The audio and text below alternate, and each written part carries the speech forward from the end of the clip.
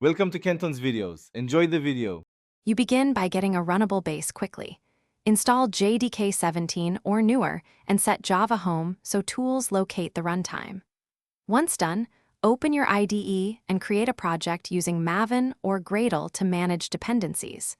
Make sure to choose either Spring Boot for rapid REST services or a servlet template if you need lower-level control.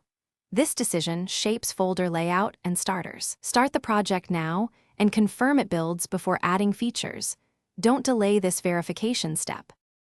You now implement the core. Model your domain and separate DTOs to avoid leaking persistence details.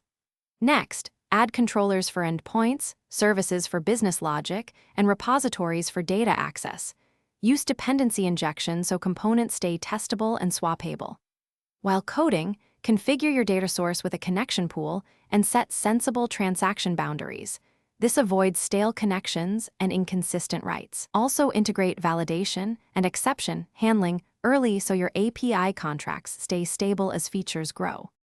You finish by running tests and producing a deployable artifact, jar for Spring Boot or war for traditional containers. Then containerize with Docker if you want predictable environments. Next, push through CI/CD so deployments are repeatable and versioned. Make sure health checks and metrics endpoints are available for monitoring.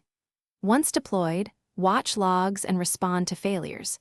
If things go wrong, first reproduce locally with the same config and enable debug-level logging to capture stack traces and request flows for quick diagnosis. Thanks for watching. Consider subscribing if we helped you.